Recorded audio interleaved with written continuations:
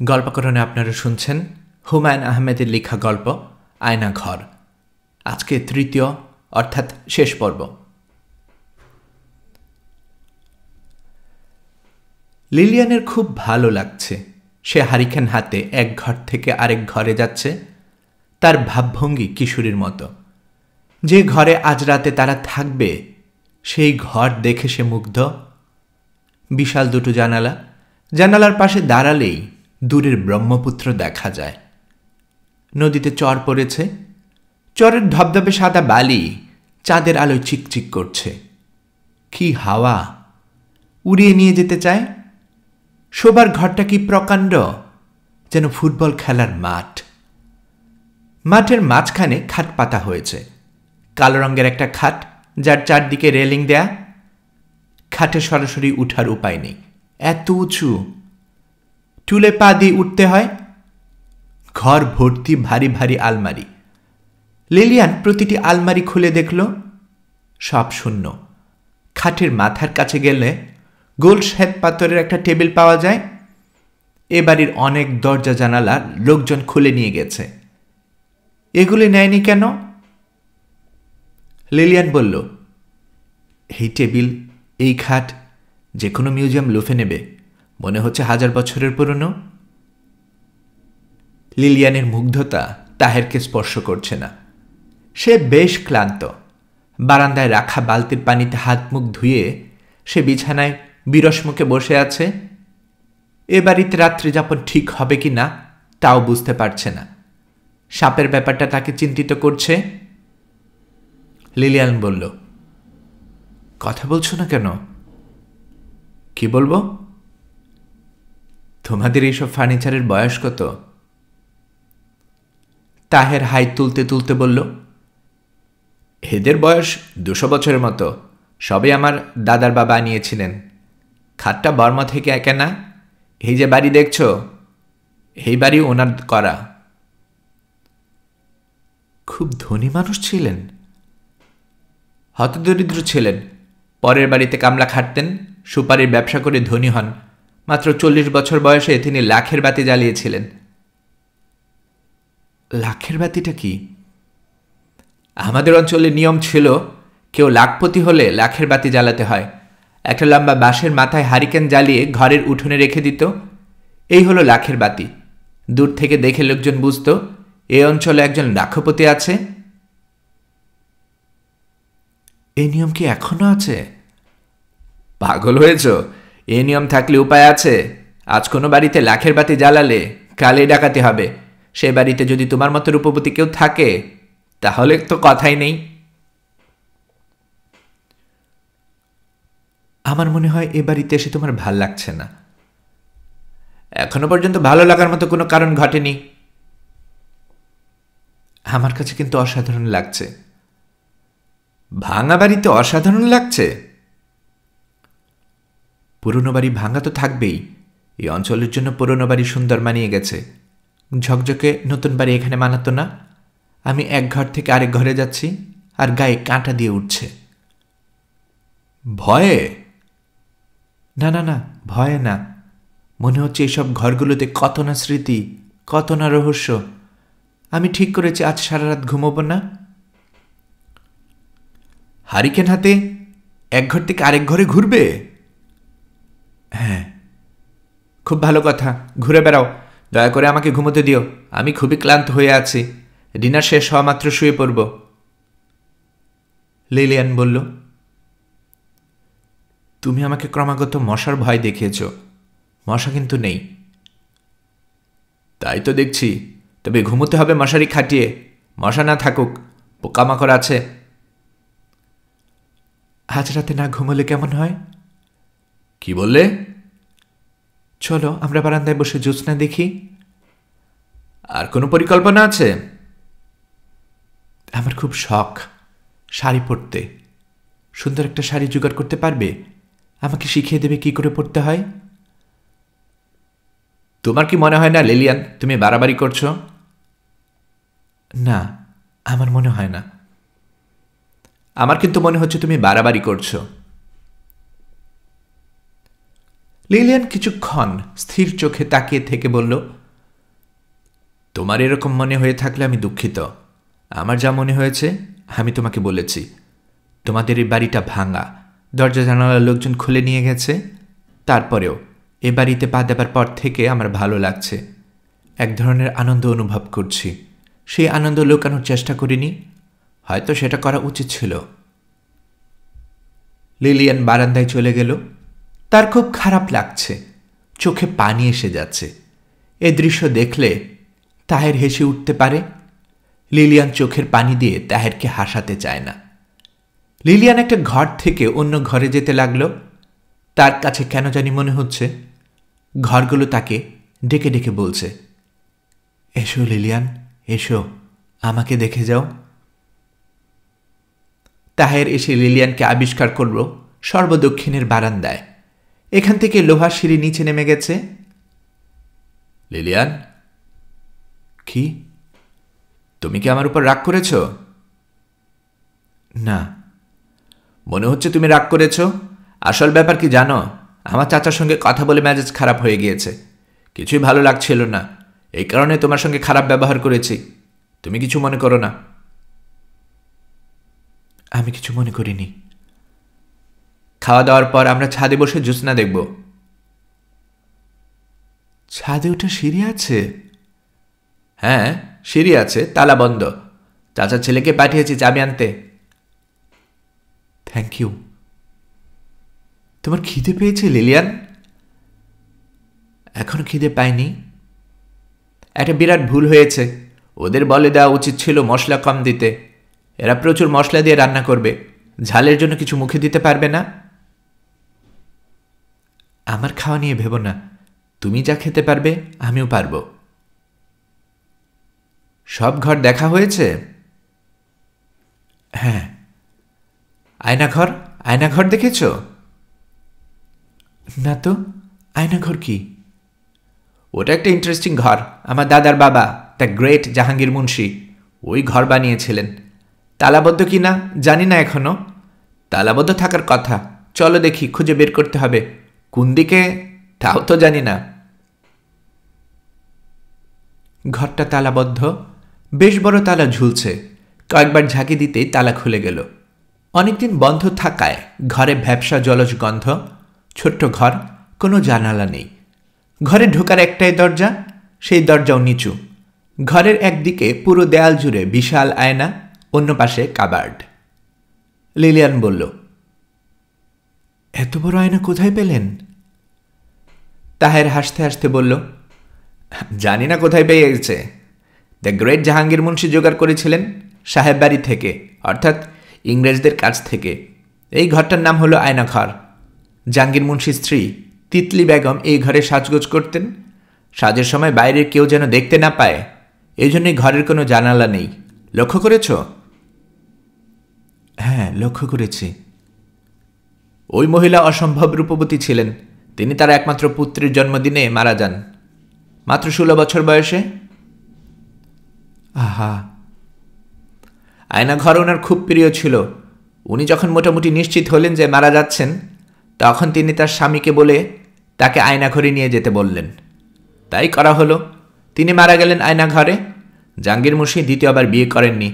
স্ত্রীর মৃত্যুর পর তিনি প্রায় 40 বছর কেঁদেছিলেন। এই 40 বছর তিনি আয়নাঘর বন্ধ করে রেখেছিলেন, একদিনের জন্যও খুলেননি। ওনার মৃত্যুর পর আয়নাঘর প্রথম খোলা হয়। এসো লিলিয়ান, খুব সম্ভব খাবার নিয়ে এসেছে, খেয়ে নেই, খিদে লেগেছে। তাছাড়া আমার বেশিক্ষণ থাকা ঠিক নয় এখানে। আয়নাঘরে কোনো পুরুষের প্রবেশ নিষিদ্ধ। তুমি যাও, আমি এই ঘরে একটু একা একা থাকি। কেন বলো তো? আয়নার সামনে দাঁড়িয়ে থাকতে ভালো লাগছে। এ দেখো, আমার গায়ে কাঁটা দিচ্ছে। দেখো দেখো। তাহের বিস্মিত হয়ে বলল, হ্যাঁ দেখলাম।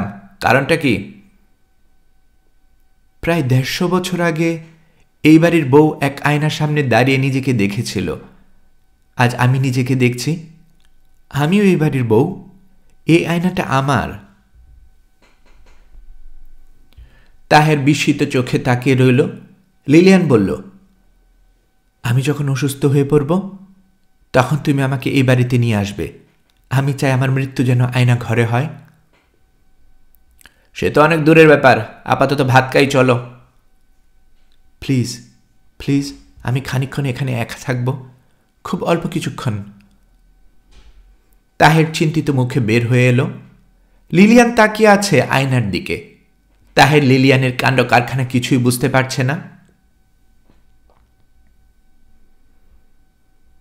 রান্নার আয়োজন ভালো। রুই মাছ ভাজা, পোলাও কোরমা, এক বাটি পায়েস। লিলিয়ানের জন্য একটা কাঁটা চামচও দেওয়া হয়েছে, তবে পোলাও সিদ্ধ হয়নি, চাল চাল রয়ে গেছে। কোরমা রান্না হয়েছে প্রচুর পরিমাণে চিনি দিয়ে, খেতে রসগোল্লার মতো লাগছে। তাহের বিরক্ত মুখে বলল, ভাজা মাছ খেও না লিলিয়ান, মাছটা পচা বলে ভেজে ফেলেছে।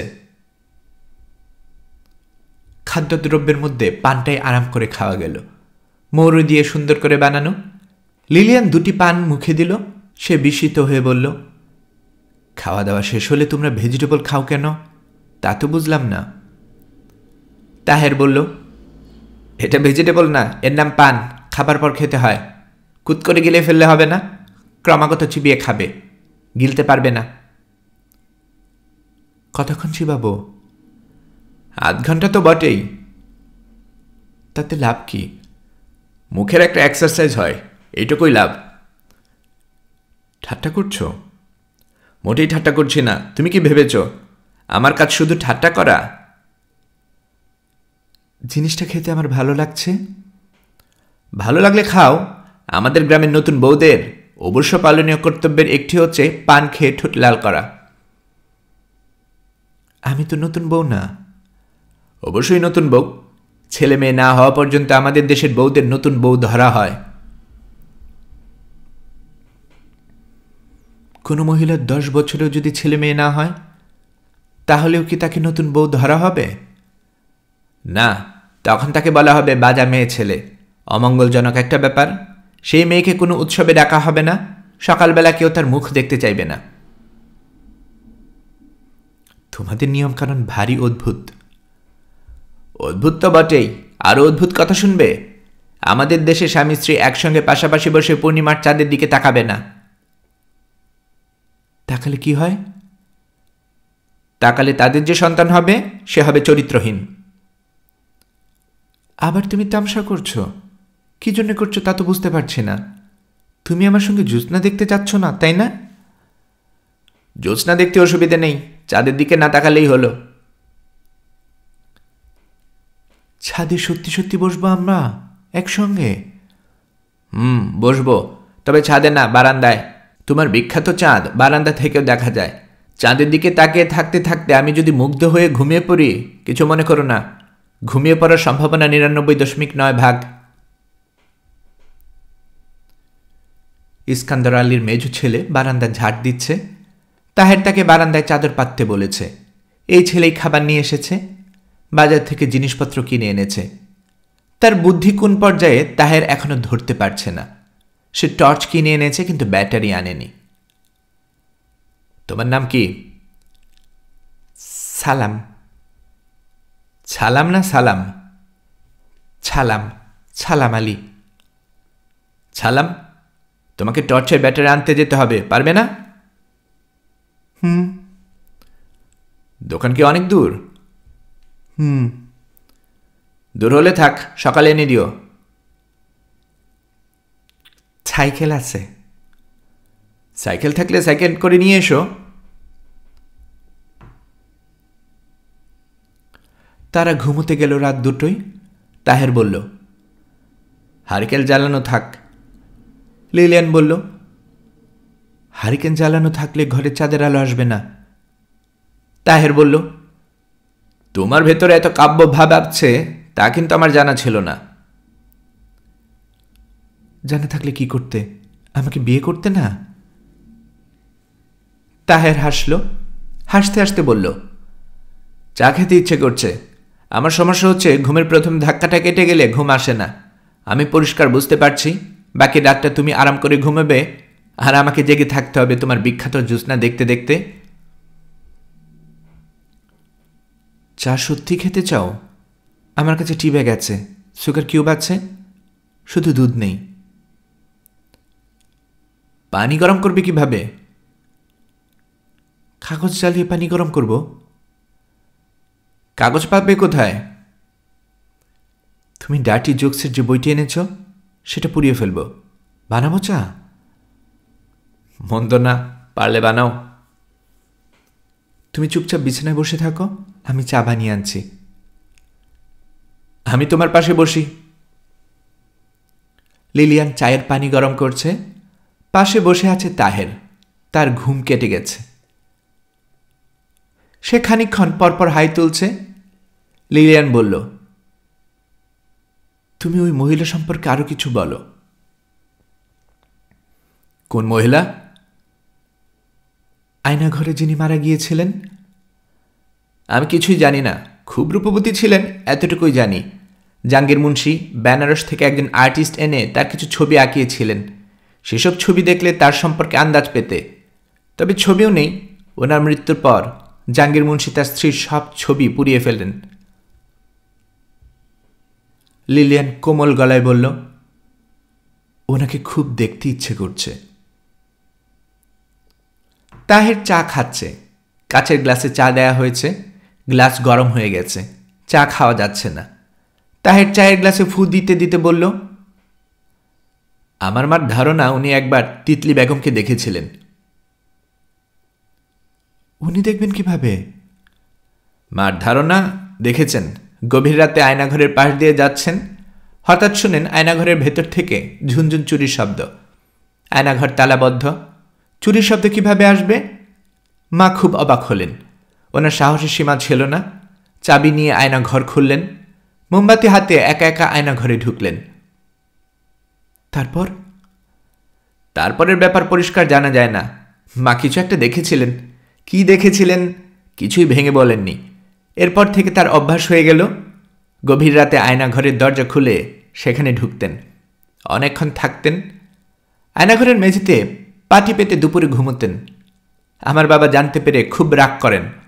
বাবার ধারণা এ বাড়িটি অভিশপ্ত। এ বাড়িতে থাকলে ও কল্যাণ ছাড়া কল্যাণ হবে না। তিনি মাকে নিয়ে বাড়ি ছেড়ে চলে যান। কোথায় যান? প্রথমে ময়মনসিংহ শহরে যান, সেখান থেকে ঢাকা যান। ঢাকায় যাবার পর থেকে মার মাথার পাগলামি ভর করে। তিনি রাতে একেবারে ঘুমোতেই পারতেন না। ছটফট করতেন আর বলতেন, ওই বাড়িতে ফেলে এসেছি, উনি খুব রাগ করবেন, খুব মন খারাপ করছেন। ওনার কত শখ, বাড়ি ভর্তি থাকবে ছেলে মেয়েতে, তারা হইচই করবে, চেঁচামেচি করবে। উনি মানে কে? তিতলি বেগম? মা খুব কান্নাকাটি শুরু করেন বাড়ি যাবার জন্য। বাবা পাত্তাই দেননি। বাবা বলতেন, ওই বাড়িতে থাকার জন্য তোমার মাথার দোষ হয়েছে, আমি ওখানে তোমাকে নিয়ে যাব না। বাবা নিয়ে যাননি। মার মৃত্যু হয় ঢাকায়। তোমার কি মনে হয় না তোমার বাবা ভুল করেছিল? না, মনে হয় না। বাবা যুক্তিবাদী মানুষ ছিলেন। মার মনের ভ্রান্তিকে তিনি আমলে দেননি। তুমি নিশ্চয় মনে করো না আয়নাঘরে একজন মৃত মানুষ বাস করেন? জগৎ বড়ই রহস্যময় তাহের। জগৎ মোটেই রহস্যময় নয়। জগৎ কঠিন নিয়ম শৃঙ্খলায় বাঁধা। প্রকৃতি কখনো কোনো নিয়মের ব্যতিক্রম হতে দেয় না। রহস্যের বাস মানুষের মনে। মানুষ রহস্য লালন করে, যেমন তুমি করো। কত আয়োজন করে জ্যোৎস্না দেখলে। জ্যোৎস্নার যে সৌন্দর্য, তার সবটাই তুমি আরোপ করেছ। জ্যোৎস্না কি? সূর্যের প্রতিফলিত আলো। একে নিয়ে মাতামাতি করার কিছু নেই, কিন্তু তুমি মাতামাতি করছো। তোমার মতো অনেকেই করছে। কবিতা লেখা হচ্ছে, গান লেখা হচ্ছে। আজ জ্যোৎস্না রাতে সবাই গেছে বনে।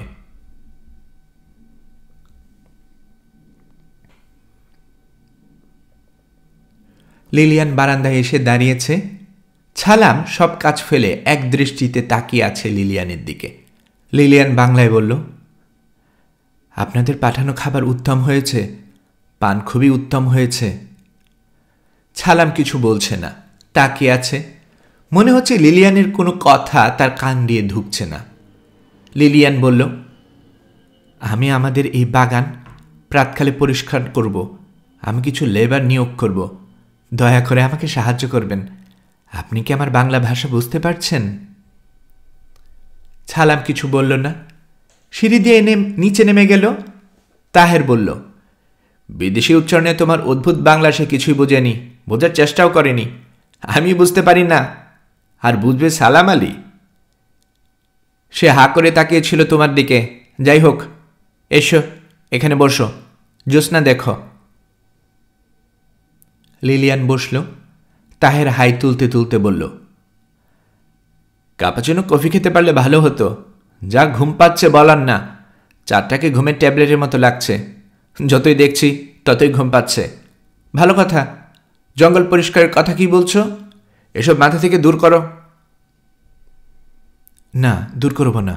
আমি বাগান পরিষ্কার করব, বাড়ি ঠিকঠাক করব। আমাদের এত সুন্দর বাড়ি এভাবে পড়ে থাকবে? সুন্দর দেখলে কোথায়? আমার কাছে খুব সুন্দর লাগছে। আচ্ছা, ধরে নিলাম সুন্দর। কে থাকবে তোমার এই সুন্দর বাড়িতে? আমরা দুজনে থাকব। আমাদের ছেলে মেয়েরা থাকবে। এরা বাগানে খেলবে, আমি এদের জন্য দোলনা বানিয়ে দেব। জ্যোৎস্না রাতে বাচ্চাদের হাত ধরে আমরা নদীর পাড়ে হাঁটব। একটা বড় নৌকা কিনব, নদীর ঘাটে নৌকা বাঁধা থাকবে। তাহের হাসতে হাসতে বলল, কি বলছো পাগলের মতো এগুলো? আমার মনের ইচ্ছার কথা তোমাকে বলছি। লোকালয় ছেড়ে আমরা বনে পড়ে থাকব? হ্যাঁ। তোমার কি হয়েছে বলো তো লিলিয়ান? বুঝতে পারছি না। আমার মনে হয় ঘুমের অভাবে তোমার চিন্তা শক্তি এলোমেলো হয়ে গেছে।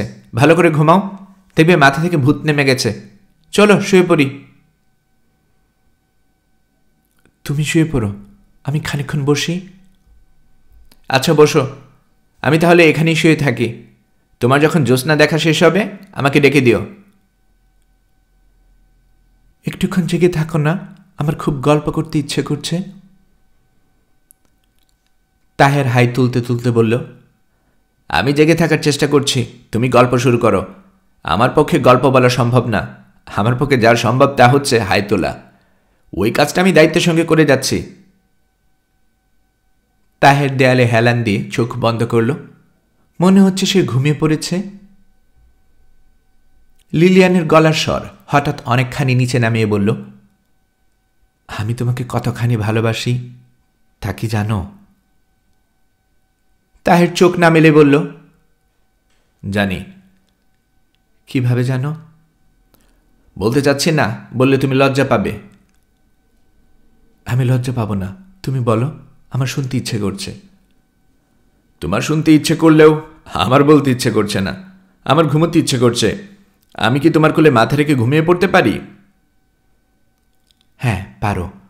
আমি সারা রাত কিন্তু এখানে বসে থাকব। তুমি এইভাবে ঘুমোবে? তোমার মধ্যে পাগলামির বীজ আছে লিলিয়ান। আমার ধারণা বেশ ভালো মতোই আছে। লিলিয়ান হালকা গলায় বলল, হয়তো আছে। এই মুহূর্তে আমার কাছে মনে হচ্ছে কি জানো? আমার মনে হচ্ছে এই যে তুমি আমার কোলে মাথা রেখে শুয়ে আছো, একজন কেউ তা দেখছে, খুব আনন্দ নিয়ে দেখছে। সে একজনটা কে? ভূতপ্রেত? বুঝতে পারছি না, তবে তার উপস্থিতি অনুভব করছি। এ বাড়িতে তোমাকে বেশি দিন রাখা ঠিক হবে না। তোমার ব্রেন পুরোপুরি নষ্ট হবার আগেই আমাদের চলে যেতে হবে। ছালাম উঠে এসেছে। তাহের লিলিয়ানের কোলে মাথা রেখে শুয়ে আছে দেখেও সে অস্বস্তি বা লজ্জা কোনোটাই বোধ করল না। শুকনো গলায় তাহেরকে বলল, ব্যাটারি আনছি। তাহের তাকিয়ে দেখল সালাম দুটি পেন্সিল ব্যাটারি নিয়ে এসেছে। তাহেরের কেন জানি মনে হলো সে এটা নির্বুদ্ধিতার কারণে করেনি, ইচ্ছে করে করেছে। আচ্ছা ঠিক আছে, তুমি যাও। আর কিছু কি লাগবো? না, আর কিছু লাগবে না। লিলিয়ান বলল, আজ হঠাৎ তুমি এত গুছিয়ে কথা বলছো কেন? এত লজিক দিয়ে তুমি কখনো কথা বলো না। তা বলি না, আজ বলছি, কারণ আমার মনে হচ্ছে তোমার নিজস্ব জগতে লজিকের স্থান খুব কম। তোমার লজিক ভালো থাকলে কখনো আমাকে বিয়ে করতে না, আর করলেও ভালো মতো খোঁজখবর করতে। আমি কে, আমার বাবা মা কোথায়, ভাই বোন, কোনো প্রশ্ন না করে, কোনো কৌতূহল না দেখিয়ে স্বপ্নে পাওয়া মানুষের মতো বলে বসলে আমি তোমার জীবনটার সঙ্গে কাটাতে চাই।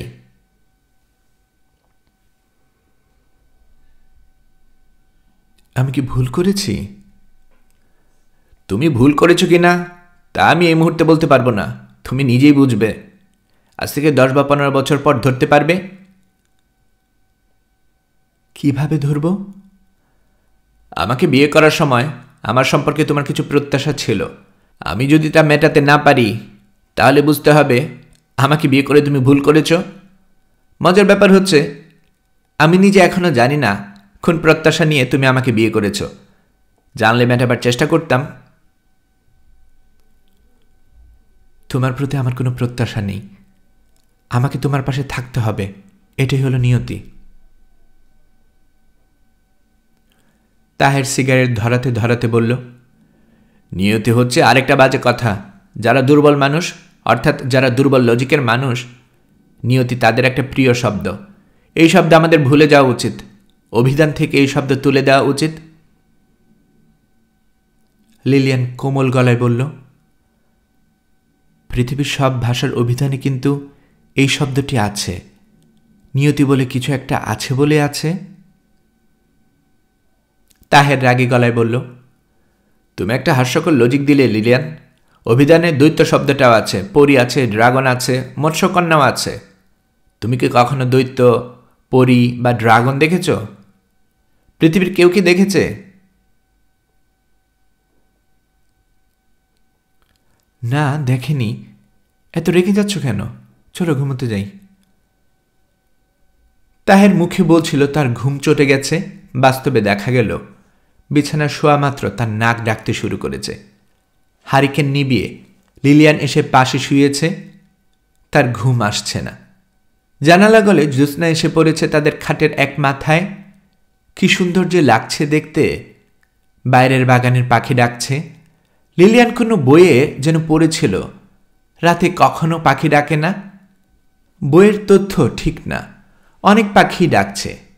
ঝিঝির ডাকের সঙ্গে বোধহয় পাখির ডাকের এক ধরনের সম্পর্ক আছে। ঝিঝির ডাক যখন থামছে তখনই শুধু পাখি ডাকছে। ঝিঝি এবং পাখি কখনো একসঙ্গে ডাকছে না। শোবার ঘরের দরজায় খুট করে একটা শব্দ হলো। কে যেন দরজায় হাত রেখেছে। ওই ঘরের দরজার ভেতর থেকে বন্ধ করা যায়নি। দরজা ছিটকিনিতে জং পড়েছে, কিছুতেই নড়ান যায় না। কেউ যদি সত্যি সত্যি এসে থাকে সে অল্প ধাক্কা দিয়ে দরজা খুলতে পারবে। আশ্চর্য তো, দরজা খুলে যাচ্ছে।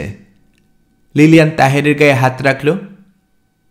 তাহের ঘুমের মধ্যেই বলল, আহ, কি করো? লিলিয়ান হাত সরিয়ে নিল। সে খোলা দরজার দিকে তাকিয়ে আছে। তার কাছে মনে হচ্ছে দরজার ওপাশে কেউ একজন আছে। সে গভীর আগ্রহ নিয়ে তাকে দেখছে। লিলিয়ান বলল, কে? ফিসফিস করে কেউ কিছু জবাব দিল, খুব হালকা স্বর, যা বাতাসে ভেসে চলে যায়। লিলিয়ান খুব সাবধানে বিছানা থেকে নামল। এগুলো দরজার দিকে। তার মোটেও ভয় করছে না, বরং ভালো লাগছে। না, দরজার ওপাশে কেউ নেই। ফাঁকা সিঁড়ি, রেলিঙ্গলে জ্যোৎস্না পরে অপূর্ব সব নকশা তৈরি হয়েছে। নকশার ভেতর দিয়ে হাঁটতে কেমন লাগবে? লিলিয়ান হাঁটছে। হাঁটতে হাঁটতে সে আয়না ঘরের সামনে চলে এলো। আয়না ঘরের দরজা ভেজানো। তার ইচ্ছে করতে লাগলো ভেজানো দরজা ঠেলে ভেতরে ঢুকতে। ভেতরটা নিশ্চয়ই অন্ধকার। দরজা খুলে দিলে চাঁদের আলো কি ঘরে ঢুকবে? লিলিয়ান দরজা খুলল। চাঁদের আলো ঘরে ঢুকেছে। আয়নার একটা অংশ আলোকিত হয়ে আছে। কি সুন্দর লাগছে দেখতে। শোবার ঘর থেকে ঘুমের ঘোরে তাহের ডাকল, লিলিয়ান। শোবার ঘরে যেতে ইচ্ছে করছে না। আয়না ঘরের মেঝেতে পাটি পেতে শুয়ে থাকতে ইচ্ছে করছে। পাটি ছাড়াও সিমেন্টের মেঝের ওপর শুয়ে থাকা যায়। এই ঘরের মেঝে কালো সিমেন্টের, খুবই মসৃণ। কেমন ঠান্ডা ঠান্ডা একটা ভাব। তাহের আবারও ডাকল, লিলিয়ান। এবার বোধহয় সে জেগে উঠেছে। লিলিয়ান ক্লান্ত গলায় বলল, কি? পানি খাবো? আনছি। পানির গ্লাস নিয়ে লিলিয়ান আবার সুবার ঘরে চলে এলো। তাহেরের গায়ে হাত রেখে মনে মনে বলল, আই লাভ ইউ। যদিও মনে মনে বলার প্রয়োজন ছিল না, তাহের ঘুমিয়ে আছে এই বাক্যটি শব্দ করে বলা যেত, তবু কিছু কিছু কথা আছে মনে মনে বললেই ভালো লাগে।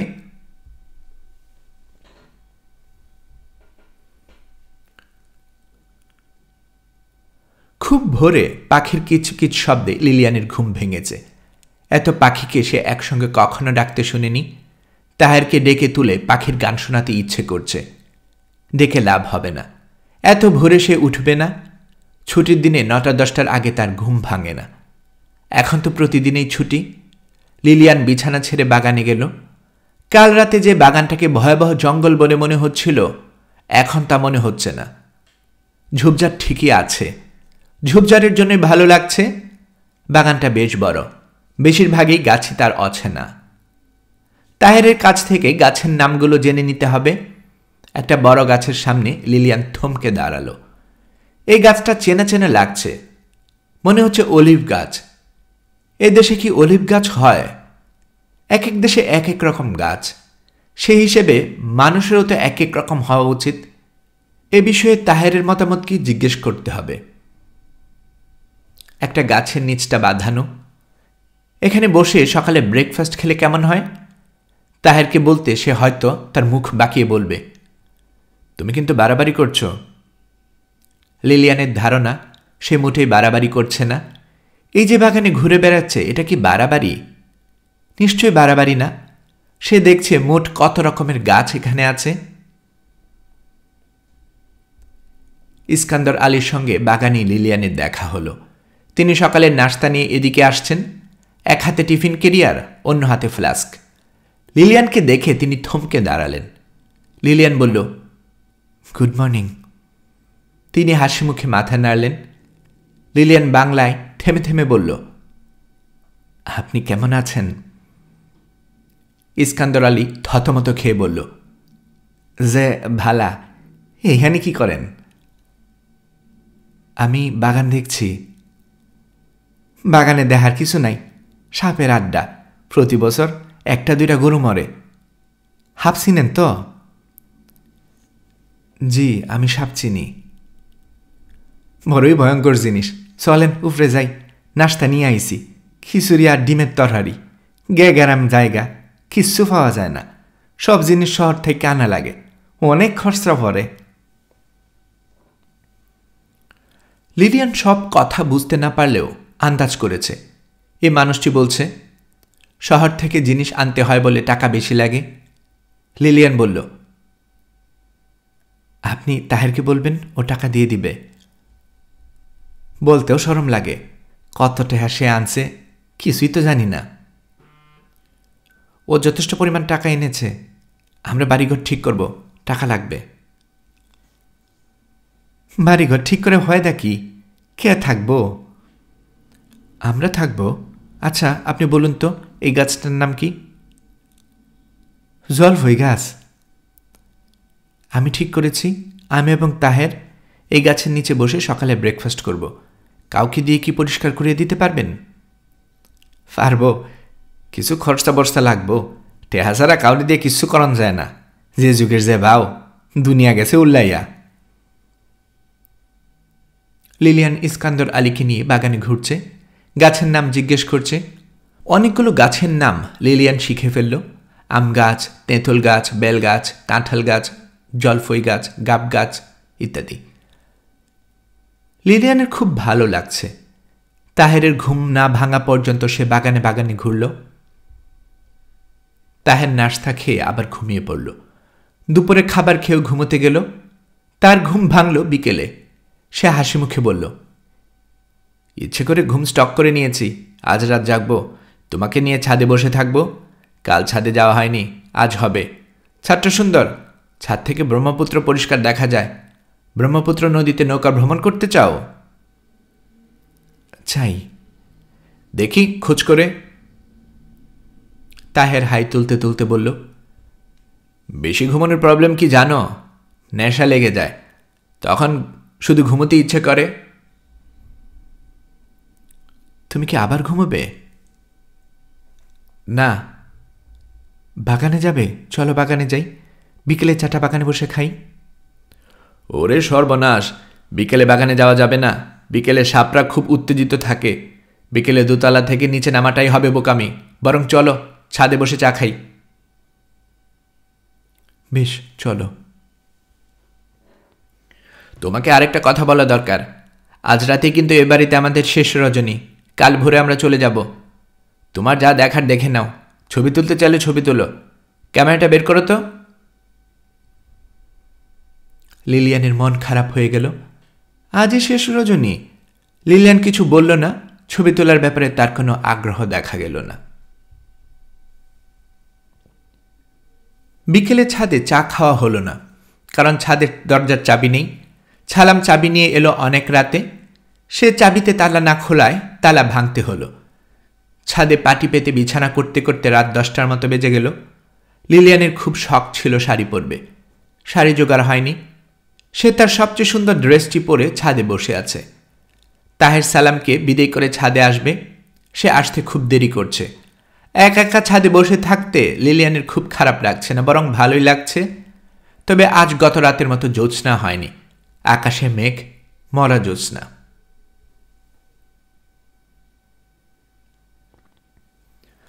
তাহের ছাদে এলো 11টার দিকে। বিরক্ত মুখে বলল, লিলিয়ান, ছাদে প্রোগ্রামটা 8 ঘন্টা পিছিয়ে দিতে হবে। আমার চাচা খবর পাঠিয়েছেন, অত্যন্ত জরুরি কিছু কথা নাকি এই মুহূর্তে আমাকে বলা দরকার। তার হাঁপানি টান উঠেছে, তিনি আসতে পারছেন না। তুমি শোবার ঘরে গিয়ে বসো, আমি ফিরে এসে তোমাকে নিয়ে যাব ছাদে। তারা ছাদ থেকে নেমে এলো। লিলিয়ান বুঝতে পারছে তাকে একা ফেলে তাহেরে যেতে ইচ্ছে করছে না। লিলিয়ান বলল, আমিও যাই তোমার সঙ্গে। তিনি বলে দিয়েছেন আমি যেন একা যাই। তোমার ভয়ের কিছু নেই, তার বড় ছেলেটা এখানে থাকবে। আমি মোটেও ভয় পাচ্ছি না, তবে ওনার ছেলে এখানে না থাকলে ভালো হয়। ছেলেটাকে আমার পছন্দ না। সারাক্ষণ আমার দিকে তাকিয়ে থাকে। তাকানোর ধরনটা ভালো না। তাকানোর ধরনটা ঠিকই আছে। ওরা কখনো বিদেশি দেখেনি তো, তোমাকে অবাক হয়ে দেখছে। এতে যে তুমি অস্বস্তি বোধ করতে পারো সেই জ্ঞানই তাদের নেই। তাছাড়া সে থাকবে 1 তলায়, তুমি 2 তলায়। অসুবিধা কি? পারবে না 8 ঘন্টা থাকতে? পারবো। সিঁড়ির দরজাটা বন্ধ করে দিও। আচ্ছা।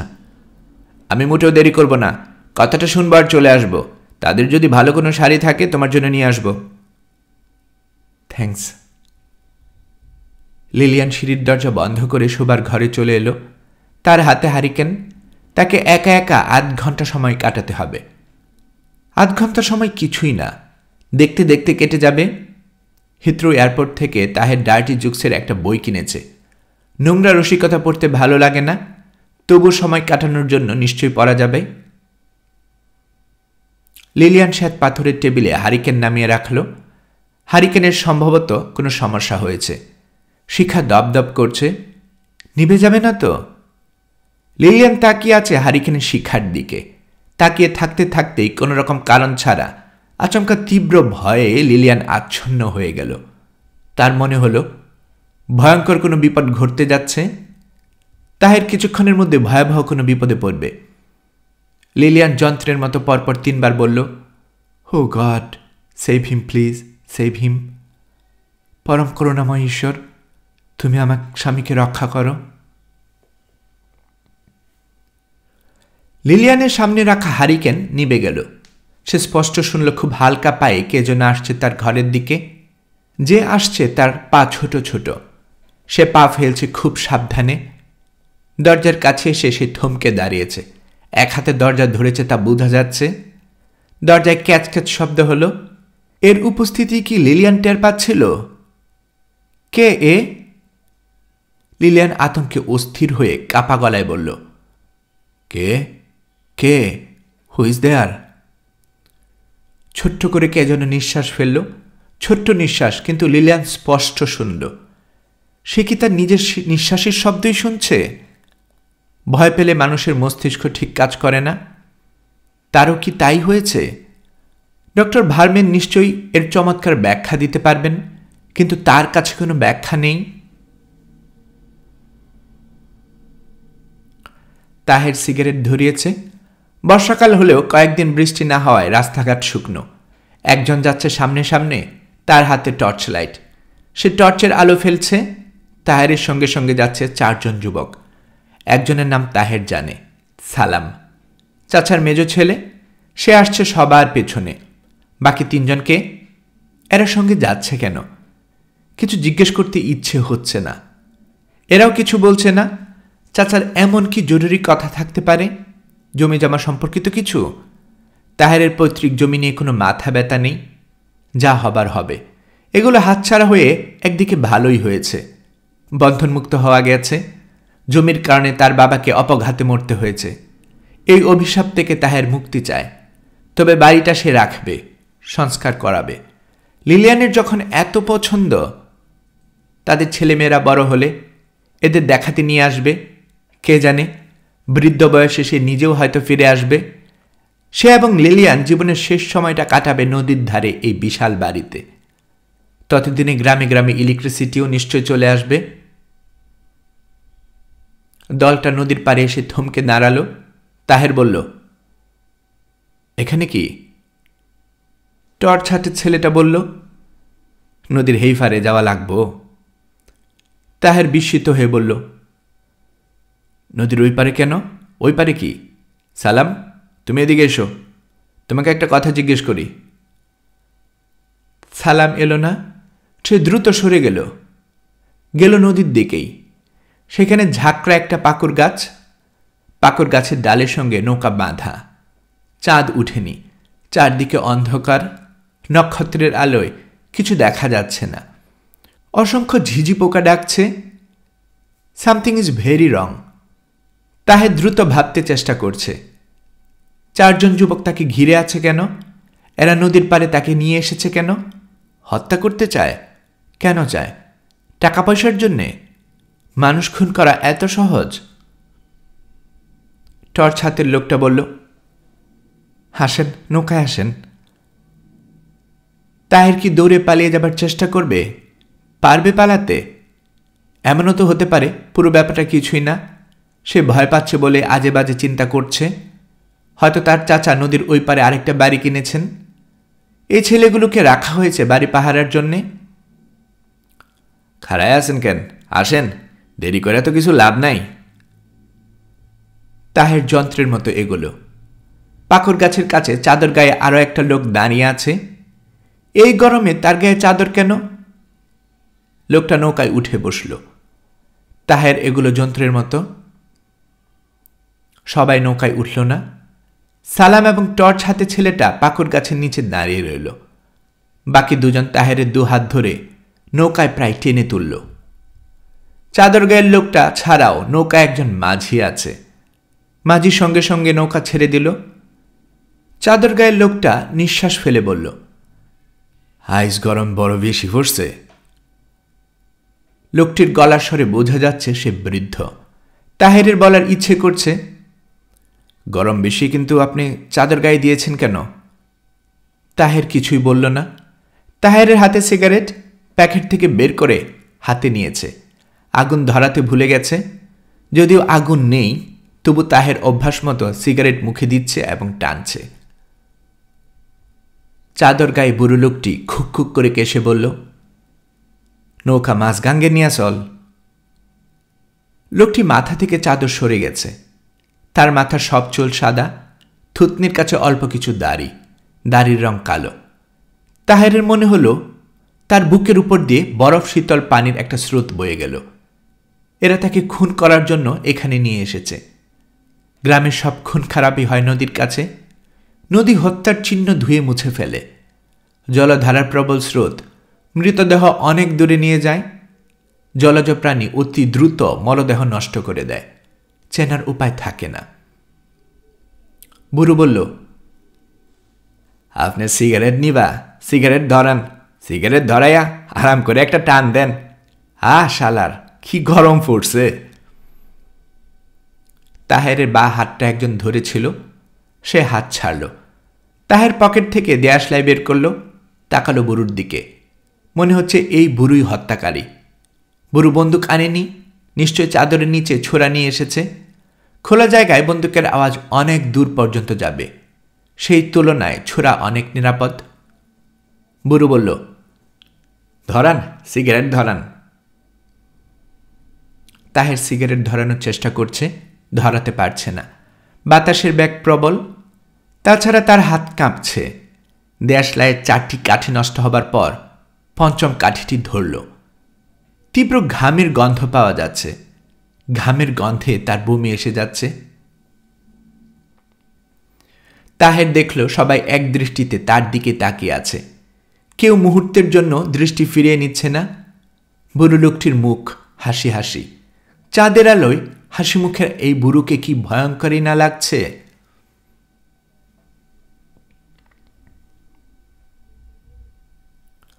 লিলিয়ানের শোবার ঘর অন্ধকার। হারিকেন নিভে যাওয়ার পর সলতা থেকে বিশ্রী ধোঁয়া আসছে। লিলিয়ানের নাক জ্বালা করছে। ঘরে কি কার্বন মনোঅক্সাইড তৈরি হয়েছে? তার কি ঘর ছেড়ে চলে যাওয়া উচিত? সিঁড়ির দরজায় ধাক্কার শব্দ হল। ভারী গলায় কে বলল, দরজা খুলেন। লিলিয়ান বলল, কে? খবর আছে, দরজা খুলেন, আর্জেন্ট খবর। লিলিয়ান সিঁড়ির দরজার কাছে চলে এলো, দরজা খুলল না।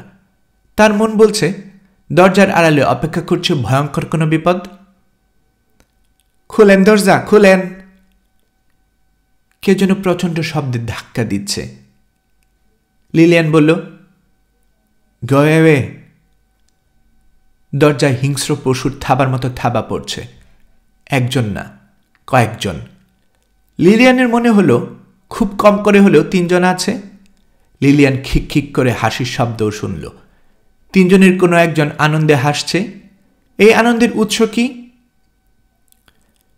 ওই সাদা সামরা, দরজা না খুললে কতক্ষণ থাকবি? আপোষের দরজা খুল। লিলিয়ান নড়ল না, দাঁড়িয়ে রইল। প্রাচীন ভারী দরজা চট করে ভাঙবে না, ভাঙতে সময় লাগবে। কতক্ষণ সময় লিলিয়ান জানে না। তাহের ফিরে আসা পর্যন্ত কি দরজা তাকে রক্ষা করবে? কিন্তু তাহের, ও কেমন আছে?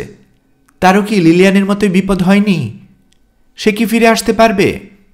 অনেকদিন পর লিলিয়ান মাকে ডাকল, ফিসফিস করে বলল, মা, আমি খুব বিপদে পড়েছি। প্রচণ্ড শব্দ হচ্ছে দরজায়। এবার দরজা ভাঙার চেষ্টা করছে। লিলিয়ান কাঁপা গলায় বলল, ঈশ্বর আমাকে রক্ষা করো। দরজার সামনে থেকে তার সরে যাওয়া উচিত। লিলিয়ান সরতে পারছে না, তার পা শিশের মতো ভারী হয়ে আছে। দরজার বাইরের মানুষগুলোর পশুর মতো গর্জন করছে, ভাঙ দরজা, ভাঙ্গা ধর সাদা সামরাডারে। দরজা ভেঙে পড়ার কয়েক মিনিট আগে লিলিয়ান সম্বিত ফিরে পেল। প্রথম দৌড়ে ঢুকল শোবার ঘরে, সেখান থেকে ছুটে গেল আয়না ঘরে। কোথাও লুকিয়ে থাকতে হবে। আয়না ঘরে লুকানোর জায়গা কোথায়? কাবার্ড। কাবার্ড খুলে ভেতরে বসে থাকবে। লিলিয়ান কাবার্ড খুলে ভেতরে ঢুকল, আর তক্ষণই 3 জনের একটা দল দরজা ভেঙে ঘরে ঢুকে পড়ল। ওই দলের একজন নিতান্ত চ্যাংরা, তার হাতে 5 ব্যাটারির একটা টর্চ।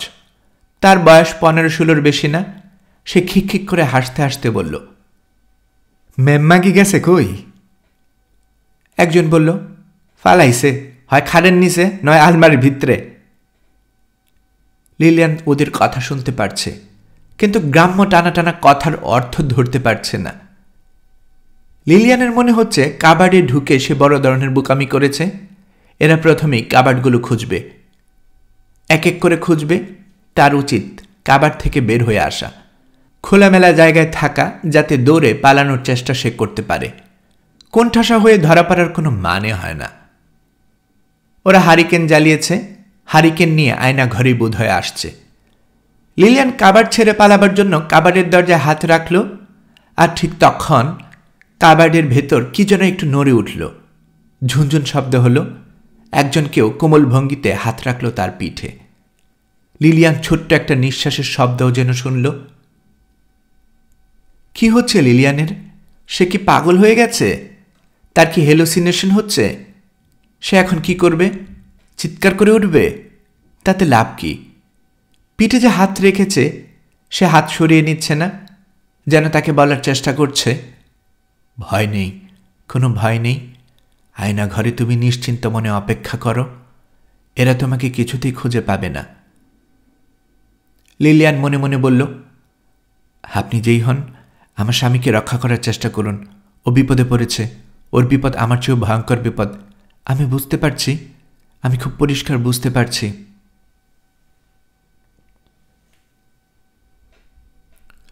তাহেরের সিগারেট অনেক ছোট হয়ে এসেছে। সিগারেটের শেষ অংশ এক্ষুনি নদীর জলে ফেলে দিতে হবে। এরা সম্ভবত সিগারেট শেষ করার জন্য অপেক্ষা করছে। তাহের বৃদ্ধের দিকে তাকিয়ে বলল, আপনি কি চান? বৃদ্ধ খিকখিক করে খানিকক্ষণ হাসল। সে একাই হাসছে, অন্য কেউ হাসছে না। বৃদ্ধ হাসি থামিয়ে বলল, বিলাত দেশটা কেমন, একটু কন্তহুনি। বিলেতের খবর আমি জানি না, আমি থাকি আমেরিকায়। আমার কাছে আমেরিকা বিলাত একই জিনিস। বৃদ্ধ চাদরের নিতে হাত ঢোকালো। তাহের জ্বলন্ত সিগারেট হাতে লাফিয়ে পড়ল নদীতে। পানির প্রবল টান তাহেরকে টেনে নিয়ে যাচ্ছে। এরা কি তাহেরকে ছেড়ে দেবে? মনে হয় না। নৌকা নিয়ে এরা তাকে খুঁজবে, তন্ন তন্ন করে খুঁজবে। তাহের ভাবার চেষ্টা করছে তার বেঁচে থাকার সম্ভাবনা কতটুকু। খুব বেশি নয়, সম্ভাবনা ক্ষীণ, কারণ তাহের সাঁতার জানে না।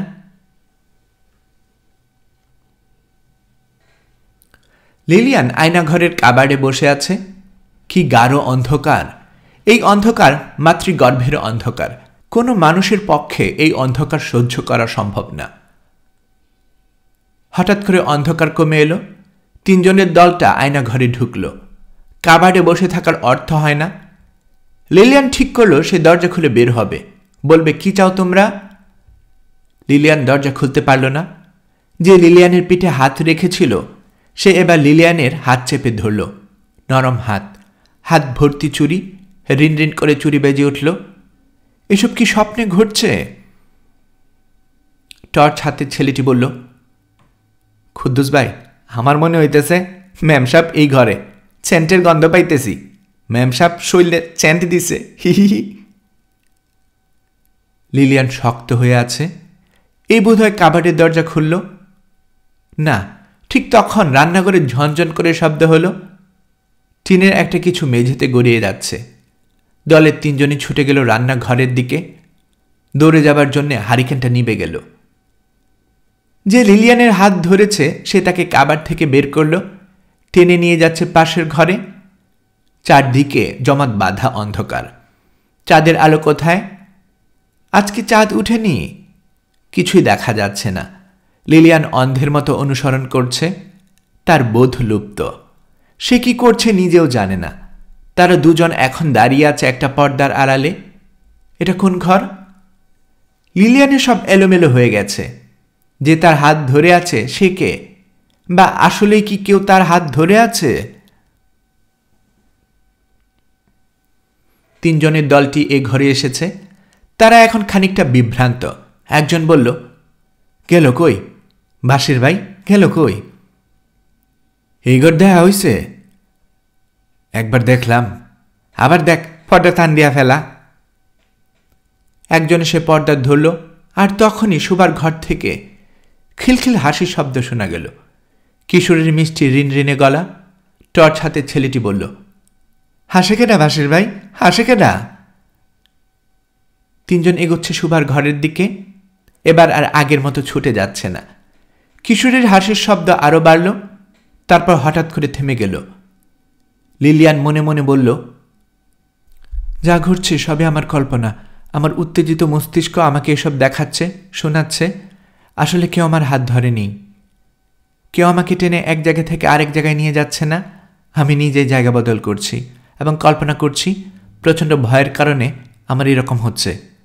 ডক্টর ভার্ম্যান আমাকে তাই বলতেন। এরপরও লিলিয়ান ফিসফিস করে বলল, আপনি কে? ছোট্ট নিঃশ্বাসের শব্দ শোনা গেল। কোনো জবাব পাওয়া গেল না। লিলিয়ান বের হয়ে এলো পর্দার আড়াল থেকে। নিজের ইচ্ছায় নয়। যে তার হাত ধরেছিল সেই তাকে টেনে বের করল। সে চোরকির মতো ঘুরছে এ ঘর থেকে ওই ঘরে, যেন এক মজার খেলা। একসময় লিলিয়ান লক্ষ্য করল সে লোহার প্যাঁচানো সিঁড়িতে দাঁড়িয়ে। বাইরের অন্ধকার গাঢ় নয়, অস্পষ্টভাবে সব কিছু দেখা যাচ্ছে। এখন কেউ আর তার হাত ধরে নেই। এতক্ষণ যা ঘটেছিল সবই কল্পনা। মস্তিষ্ক তার নিজস্ব নিয়মে তৈরি করেছে বিভ্রম এবং তাকে নিয়ে এসেছে ঘরের বাইরে। অশরীরী বলে কিছু নেই, কিছু থাকতে পারে না। লিলিয়ান খুব সাবধানে লোহার সিঁড়ি বেয়ে নামছে, এতটুকু শব্দও যেন না হয়। তাকে বাড়ি ছেড়ে পালিয়ে যেতে হবে, অনেক দূরে যেতে হবে, যেন কেউ তার নাগাল না পায়। সিঁড়ি এত দুলছে কেন? মনে হচ্ছে ভেঙে পড়ে যাবে। খুব হাওয়া, উড়িয়ে নিয়ে যাবার মতো হাওয়া। এই ব্যাপারগুলো তো স্বপ্নে ঘটেছিল। এখনো কি সে স্বপ্ন দেখছে? পুরোটাই কি স্বপ্ন? লিলিয়ানের শরীর অবসন্ন, অসম্ভব ক্লান্ত। ঘুমে চোখ জড়িয়ে আসছে। ইচ্ছে করছে সিঁড়ির রেলিংয়ে জড়িয়ে ধরে ঘুমিয়ে পড়ে। মনে হচ্ছে সে জেগে আছে 1000 বছর ধরে। সে একতলায় নেমে এসেছে। তার সামনেই এ বাড়ির ভাঙা প্রাচীর। ফিসফিস কথা শোনা যাচ্ছে। নিচেও কেউ অপেক্ষা করছে তার জন্যে, নাকি ওরাই নেমে এসেছে নিচে? দুতলা থেকে টর্চের আলো ফেলল সিঁড়িতে।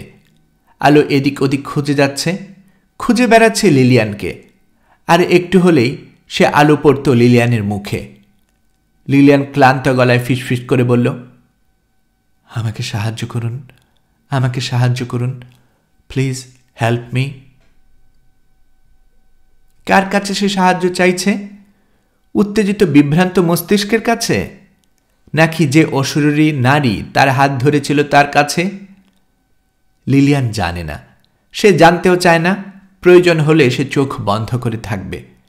অশরীরী নারী মূর্তি তার হাত ধরে টেনে নিয়ে যাক। লিলিয়ান আবারও বলল, আপনি কোথায়? আপনি আমাকে সাহায্য করুন। আর ঠিক তখন সে নারী মূর্তিকে দেখতে পেল।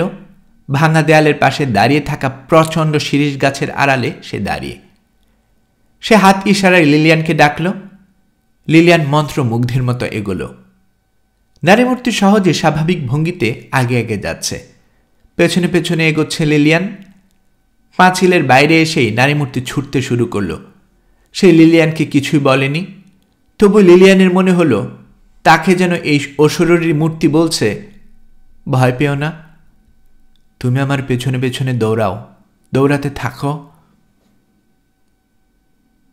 আমবাগান ছাড়িয়ে খোলা মাঠ, আবার খানিক ঝোপঝাড়, চষা ক্ষেত। নারী মূর্তির দ্রুত ছুটছে, একবারও পেছনে ফিরে তাকাচ্ছে না। লিলিয়ান কাতর গলায় বলল, পারছি না, আমি আর পারছি না, একটু থামুন প্লিজ, একটু থামুন। নারী মূর্তি থামছে না, ছুটছে, আরো দ্রুত ছুটছে। তারা একসময় চলে এলো নদীর তীরে। আর তখনই মেঘের আড়াল থেকে চাঁদ স্পষ্ট হল। ঝলমল করে উঠল নদী এবং নদীর ওপাশের বনভূমি। নারীমূর্তি থমকে দাঁড়িয়েছে, হাত ইশারায় নদীর তীরে পড়ে থাকা কি একটা যেন দেখাচ্ছে। লিলিয়ান সেদিকে তাকাচ্ছে না।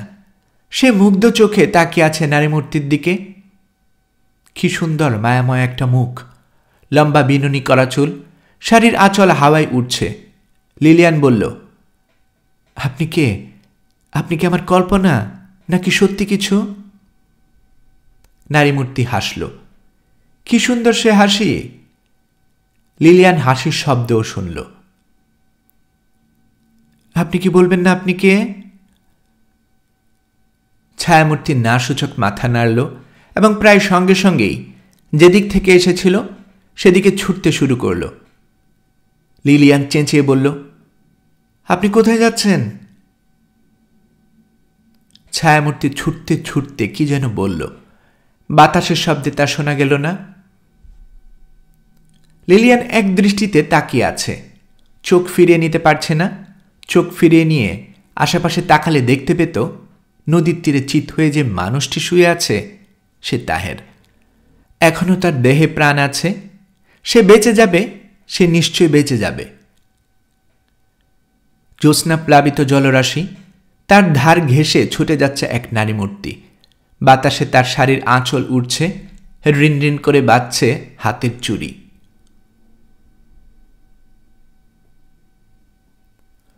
15 বছর পর লিলিয়ান আবার তাহেরকে নিয়ে ইন্দার ঘাটে এসেছে। তাদের সঙ্গে 2টি ফুটফুটে মেয়ে, 11 বছরের সারা, 7 বছরের রিয়া। দুজনেই হয়েছে মায়ের মতো, শুধু চোখ পেয়েছে বাবার, বড় বড় কালো চোখ। মার নীল চোখ কেউই পায়নি। দুজনেই খুব হাসি খুশি মেয়ে, কিন্তু এদের চোখের দিকে তাকালে মনে হয় চোখ ভর্তি জল, এক্ষুনি বুঝি কাঁদবে। তাদের আসা উপলক্ষে বাড়ি ঘর ঠিক করা হয়েছে, বাড়ির চারপাশে বাগান পরিষ্কার করা হয়েছে। মেয়ে দুটি মহা আনন্দে বাগানে ছুটোছুটি করছে। রিয়া ছুটতে গিয়ে উল্টো পড়ে হাঁটুতে ব্যথা পেয়েছে। হাঁটুর চামড়া ছিলে গেছে, কিন্তু রিয়া হাঁটু চেপে ধরে হাসছে, যেন এই বাগান বাড়িতে ব্যথা পাওয়া এক আনন্দজনক অভিজ্ঞতা। তাহের নিজেও বাগানে, সে খুব ব্যস্ত। আম গাছের ডালে দোলনা টানানোর চেষ্টা করছে। ডাল উঁচু, চেয়ারে দাঁড়িয়ে নাগাল পাওয়া যাচ্ছে না। বড় মেয়ে সারা বাবাকে সাহায্য করার জন্য এগিয়ে এলো। সে গম্ভীর গলায় বলল, বাবা শোনো, তুমি যদি 2 দিন পর বলো বেড়ানো শেষ হয়েছে, এখন আমেরিকায় ফিরে যাব, তাহলে কিন্তু হবে না, আমরা খুব রাগ করব। তাহলে আমার কি করতে হবে? এখানে থাকতে হবে। কতদিন? For eternity. তাহের হু হু করে হাসছে। হাসির শব্দে লিলিয়ান এসে দোতলার বারান্দায় দাঁড়ালো। তাহের উঁচু গলায় বলল, এই যে বিদেশিনী, দয়া করে মগ ভর্তি কাপাচানো কফি বানিয়ে নিচে নিয়ে এসো, আমাকে সাহায্য করো। এখন কফি বানানো যাবে না, সরঞ্জাম নেই। কোনো অজুহাত শুনতে চাই না, কফি বানাতে হবে। ছোট মেয়ে রিয়া চেঁচিয়ে বলল, বাবার জন্য কফি বানাতেই হবে, বানাতেই হবে। লিলিয়ান রান্নাঘরের দিকে গেল না, সে ঢুকল আয়না ঘরে, দরজা বন্ধ করে দিল। অন্ধকার হয়ে গেল আয়না ঘর। সে গলার স্বর নামিয়ে প্রায় ফিসফিস করে বলল, আপনাকে দেখানোর জন্যে আমি আমার বাচ্চা দুটোকে নিয়ে এসেছি। আপনি কি দেখেছেন তাদের? কেউ জবাব দিল না। লিলিয়ান বলল, আপনি কি তাদের একটু আদর করে দেবেন না? নীরবতা ভঙ্গ হল না। আয়না ঘরের স্তব্ধতা ভাঙল না। লিলিয়ানের চোখ দিয়ে টপ টপ করে পানি ঝরছে। 15 বছর আগে এক ভয়ঙ্কর জটিল সময়ে কেউ একজন তার হাত ধরে বলার চেষ্টা করেছিল, কোনো ভয় নেই। সেই দুঃসময় আজ আর তার নেই। জীবন তার মঙ্গলময় বিশাল বাহু মেলে লিলিয়ানকে জড়িয়ে ধরেছে। আজ তার আশ্বাসের বাণী শোনার আর প্রয়োজন নেই। লিলিয়ান আবার বারান্দায় এসে দাঁড়ালো। নিচে খুব মজা হচ্ছে, দোলনা তৈরি হয়ে গেছে। তাহের দোল খাচ্ছে। মেয়েরা বাবাকে নামিয়ে দেওয়ার চেষ্টা করছে, পারছে না। লিলিয়ান আপন মনে বলল, আমি কেউ না, অতি তুচ্ছ একজন, তবু ঈশ্বর কেন এত সুখ আমার জন্য রেখেছেন? খুট করে শব্দ হলো। আয়না ঘরের দরজা খুলে গেল। লিলিয়ানের মনে হলো নুপুর পায়ে কে যেন আসছে তার দিকে। এই তো লিলিয়ানের তার পা ফেলার ছোট ছোট শব্দ শুনতে পাচ্ছে। লিলিয়ান বাগানের দিকে ইশারা করে স্পষ্ট স্বরে বলল, ওই দেখুন, ওই হচ্ছে সারা, আমার বড় মেয়ে, আর নীল জামা পরা মেয়েটা ও রিয়া, দুজনই খুব দুষ্ট। তাহের দোল খাওয়া বন্ধ করে উঁচু গলায় বলল, মেয়েরা, তোমাদের মাকে দেখো, অকারণে কাঁদছে। ব্যাপারটা কি বলো তো? ওই মহিলার অকারণে কাদার রোগ আছে, আগেও কয়েকবার লক্ষ্য করেছি। রিয়া বড়দের মতো গম্ভীর গলায় বলল, আমার মনে হয় মার চোখে কোনো প্রবলেম আছে। লিলিয়ান খুব কাঁদছে। অসম্ভব সুন্দর এই দিনে কেউ কাঁদে না। লিলিয়ান কাঁদছে, কাঁদতে তার বড় ভালো লাগছে।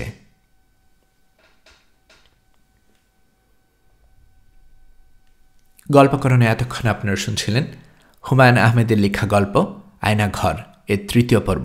3য় পর্বের মাধ্যমে পুরো গল্পটা আমরা এখানেই শেষ করছি। আমি নিয়মিতভাবে গল্প পাঠ করে আপনাদেরকে শোনাচ্ছি। গল্প পাঠ ভালো লেগে থাকলে আমার এই গল্পটি আপনার বন্ধুবান্ধব প্রিয়জন সবার কাছে শেয়ার করবেন, তাতে করে তারা এই গল্পটি শোনার সুযোগ পাবে। আপনারা ভালো থাকবেন, সে প্রত্যাশা এখানে বিদায় নিচ্ছে।